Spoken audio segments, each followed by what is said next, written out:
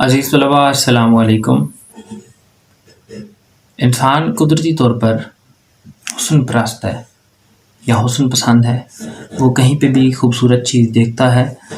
تو وہ ششدر رہ جاتا ہے، وہاں پہ وہ اٹک جاتا ہے، اور اگر وہ چاہے قدرت کا شاہکار ہو یا چاہے انسان کا تخلیق کردہ کوئی فن پارہ، تو خوبصورت کوئی بھی چیز دکھنے والی ہے وہ انسان کو متاثر کرتی ہے۔ اب فن کے حوالے سے اگر غیر مسلموں کی بات کی جائے تو غیر مسلموں کے پاس فن مصوری اور فن موسیقی، ایک کا تعلق جو ہے وہ دیکھنے سے ہے اور دوسرا کا تعلق سننے سے ہے، اور اسی طرح اسی کے مد مقابل ہم اگر اسلامی ورثہ جو ہے ہمارے جو اسلامی تاریخ ہے اس کے حوالے سے ہم اگر بات کریں تو ہمارے پاس فن خطاطی ہے اور فن قرأت ہے۔ اب یہ دونوں انتہائی مقدس و محترم فن ہے، جس کی وجہ سے جس کی مین وجہ یہ ہے کہ وہ اس کا تعلق اسلام سے ہے، اس کا تعلق ڈائریکٹ قرآن سے ہے، احکام الہی سے ہے۔ تو میں آپ کو چونکہ ہمارا کورس جو ہے وہ فن خطاطی کے حوالے سے ہے، فن خوشنویسی کے حوالے سے ہے، تو سب سے پہلے تو میں اس کی اہمیت کے بارے میں آپ کو بتاؤں گا کہ فن خطاطی کی کیا اہمیت ہے۔ اللہ تعالیٰ نے مختلف روایات میں حضرت عباس سے مروی ہے کہ سب سے پہلے جو ہے وہ قلم کو تخلیق کیا گیا ہے۔ تو اگر آپ قلم کے حوالے سے قرآنی آیات کو بھی دیکھیں تو وہ آپ پڑھتے ہیں کہ سورت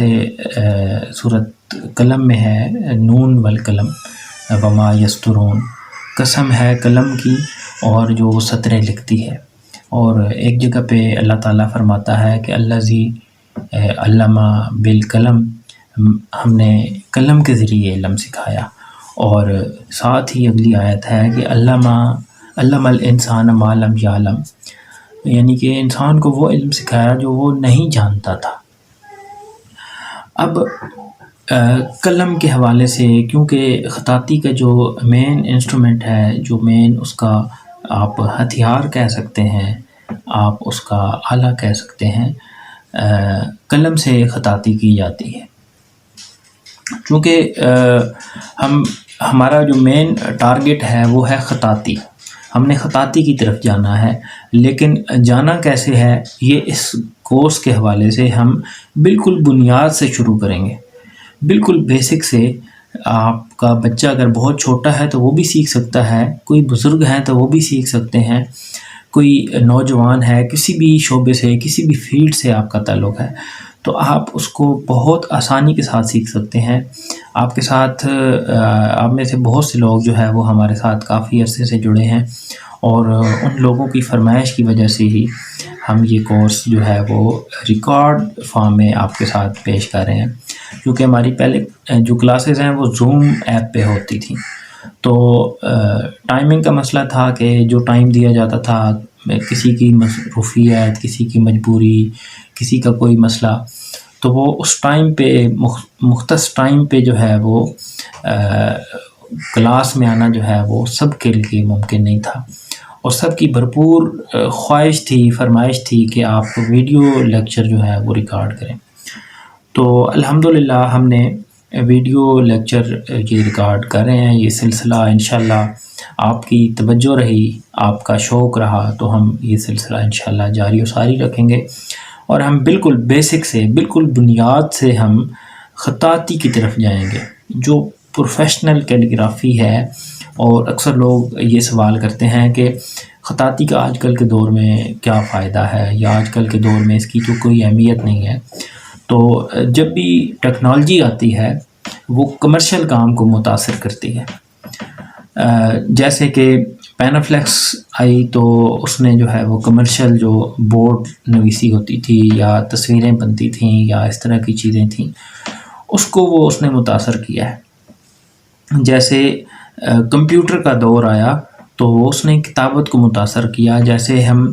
دیکھتے ہیں کہ پرانے اخبارات جو ہے وہ ہاتھ سے لکھے جاتے تھے، پرانی کتابیں جو ہیں وہ ہاتھ سے لکھی جاتی تھیں،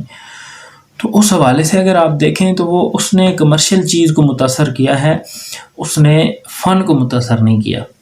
کیلیگرافی پہلے بھی ہوتی تھی، آج بھی ہو رہی ہے، اور پہلے سے کہیں زیادہ ہو رہی ہے۔ پہلے اتنی جو ہے وہ اس کی قیمت نہیں تھی، اتنی ویلیو نہیں تھی۔ آج کل انٹرنیٹ کا دور ہے، سوشل میڈیا کا دور ہے، تو بہت مہنگے مہنگے فن پارے جو ہے وہ سیل ہوتے ہیں۔ اسی طرح میں آپ کو اگر کہوں تو کسی بھی حوالے سے فن کو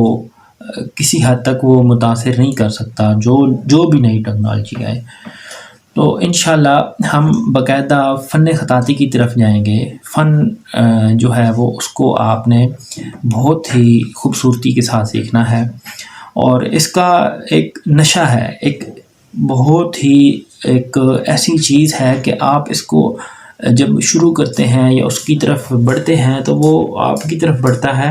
اور آپ خود چاہتے ہیں کہ میں خطاطی کروں، میں خوش نویسی کروں، میں آیات قرآنی لکھوں، میں اللہ کا نام لکھوں، میں اس میں محمد لکھوں۔ تو یہ چیزیں آپ کو بہت زیادہ لطف اندوز کرتی ہیں، آپ کو اس نور کے حالے میں لے جاتی ہیں جو اللہ نے جو ہے وہ آپ پر نازل فرمایا ہوتا ہے۔ تو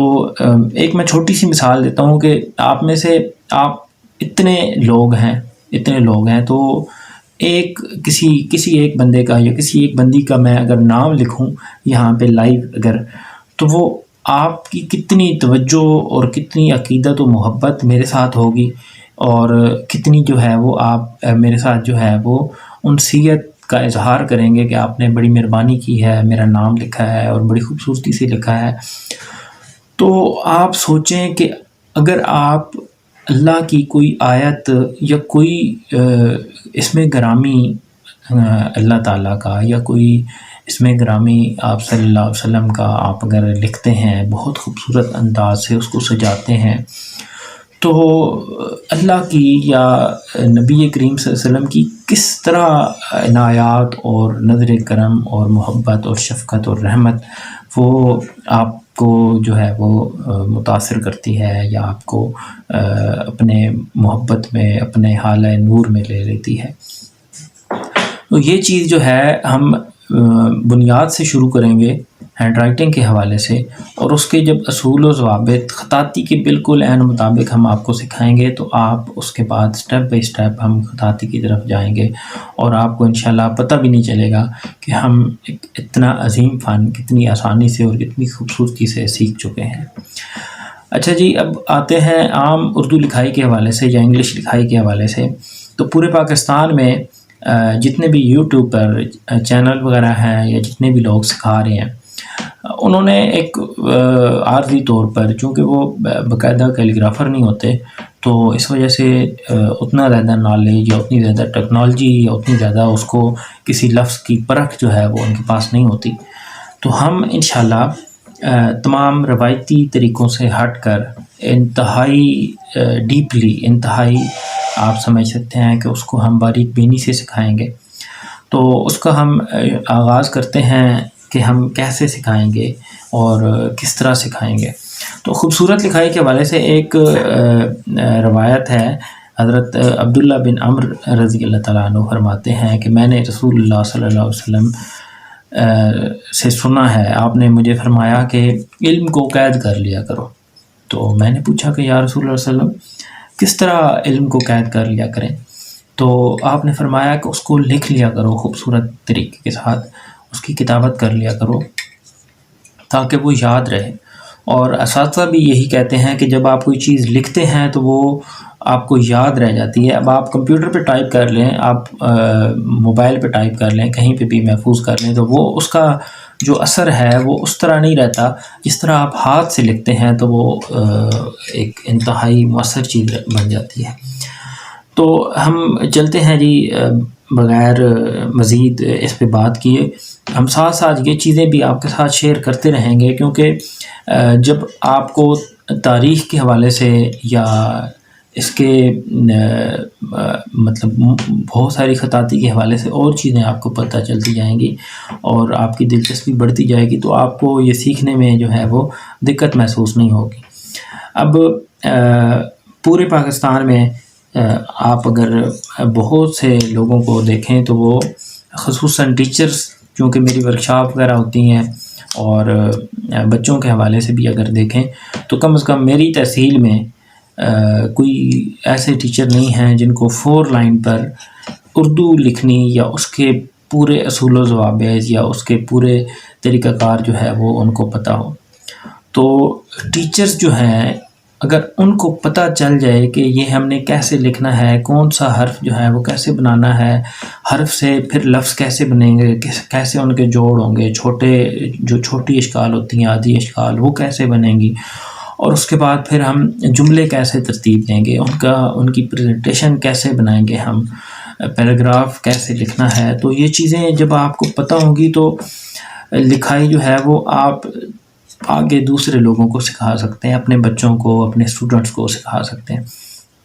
اگر قدرتی طور پر آپ کی لکھائی اچھی ہے تو آپ کسی کو سکھا نہیں سکتے، آپ کی دیکھ کے کوئی سیکھ جائے تو وہ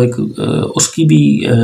یعنی کہ اللہ کی طرف سے عطا ہوگی، اور آپ کو بھی اللہ کی طرف سے عطا ہے۔ لیکن جب آپ ایک چیز بطور فن، بطور سکل آپ سیکھتے ہیں تو وہ بطور سکل اور بطور فن آپ آگے ڈیلیور کر سکتے ہیں، آپ آگے سکھا سکتے ہیں۔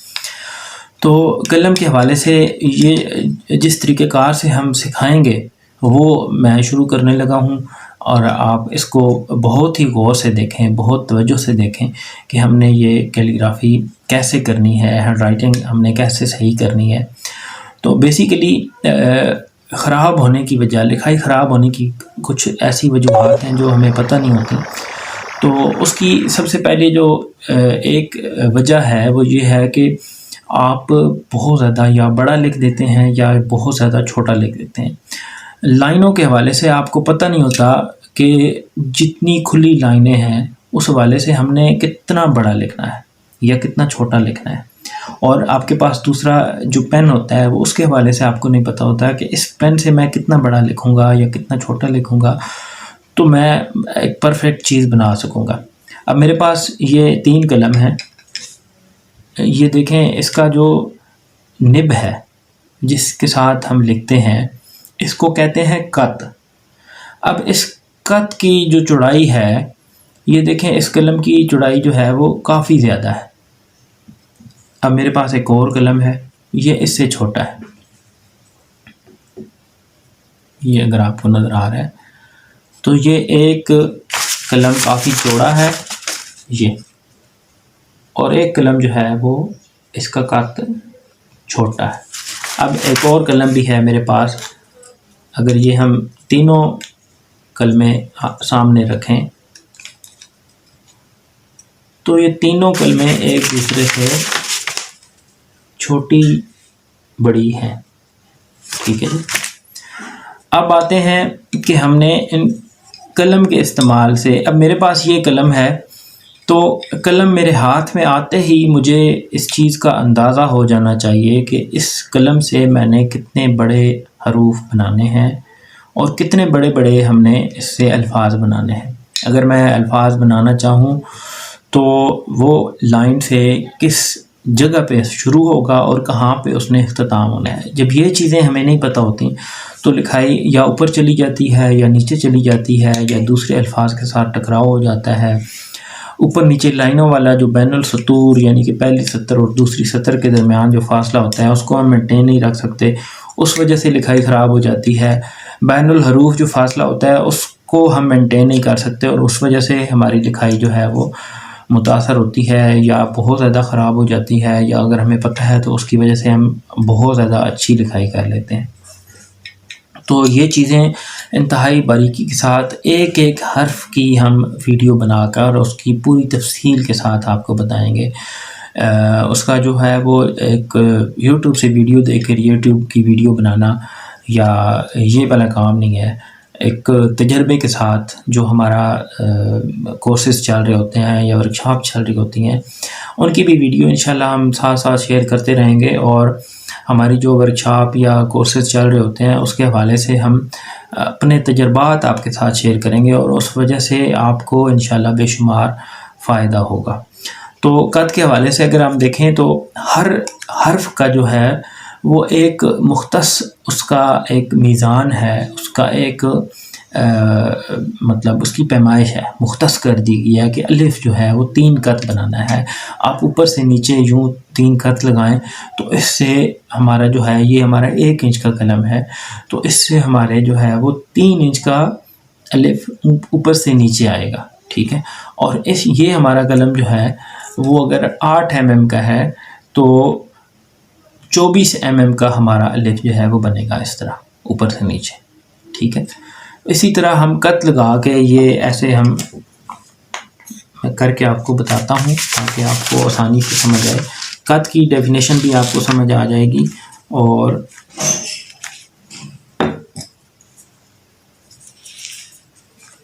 یہ طریقہ کار بھی آپ کو سمجھ آ جائے گا. یہ میں نے 2 الگ الگ قلموں سے میں نے خط لگائے. چھوٹی جو قلم ہے اس سے چھوٹا الف بنے گا، جو بڑی قلم ہے اس سے بڑا الف بنے گا. تو یہ چیزیں جب آپ کو سمجھ آ جائیں گی تو آپ اپنی لکھائی جو ہے وہ بہت شاندار طریقے سے کر سکتے ہیں. تو ہماری جو پہلی کلاس جو باقاعدہ یہ تو اس کا ایک تعارف ہے، ہماری جو پہلی کلاس ہوگی اس کے لیے آپ نے 4 لائن کاپی اور اس کے بعد ہم نے عام پینسل یا پین کوئی بھی. اچھا، پین کے حوالے سے میں ایک بات آپ سے شیئر کرنا چاہتا ہوں کہ پین ایسا لینا چاہیے جس پہ آپ کی گرپ اچھی ہو، جو آپ کو چلانے میں جو ہے وہ سہولت دے. تو کوئی بھی ایسا پین، وہ چاہے مہنگا ہے چاہے وہ جس طرح کا بھی پین ہے، وہ آپ نے نہیں لینا جو آپ کو تھکا دے. خصوصاً جو بال پوائنٹ ہوتے ہیں وہ آپ کو تھکا دیتے ہیں. آپ جب لکھتے ہیں تو یہ جو پٹھے ہوتے ہیں ہاتھ کے، یہ پٹھے جو ہے وہ تھک جاتے ہیں. تو شروع میں آپ کی لکھائی بہت اچھی ہوتی ہے، جیسے جیسے آپ آگے جاتے ہیں آپ کی لکھائی جو ہے وہ خراب ہونا شروع ہو جاتی ہے. تو اس کی مین وجہ جو ہے وہ تھکاوٹ ہے. اس میں ہم کورس میں انشاءاللہ بیٹھنے کا طریقہ، قلم پکڑنے کا طریقہ اور قلم کس طرح کا ہونا چاہیے یہ بھی میں نے آپ کو بتا دیا ہے کہ اس کی گریپ اچھی ہو، وہ لکھنے میں آپ کو سہولت دے، وہ آپ کو تھکائے نہ، تو وہ پین جو ہے وہ آپ کو اچھا جو ہے وہ آپ اسے لکھ سکتے ہیں. اس کے علاوہ بیٹھنے کا طریقہ بھی، ہر چیز جو ہے نا وہ آپ کے ساتھ شیئر کی جائے گی، چھوٹی چھوٹی باتیں آپ کے ساتھ شیئر کی جائیں گی اور انشاءاللہ انتہائی سپیڈ کے ساتھ عام لکھائی جو ہے وہ سپیڈ کے ساتھ کتنی اچھی اور کتنی جو ہے وہ جلدی آپ لکھ سکتے ہیں، یہ بھی چیزیں آپ کے ساتھ شیئر کی جائیں گی. انشاءاللہ پہلی کلاس جو ہماری ہوگی اس میں ملتے ہیں. آپ نے 4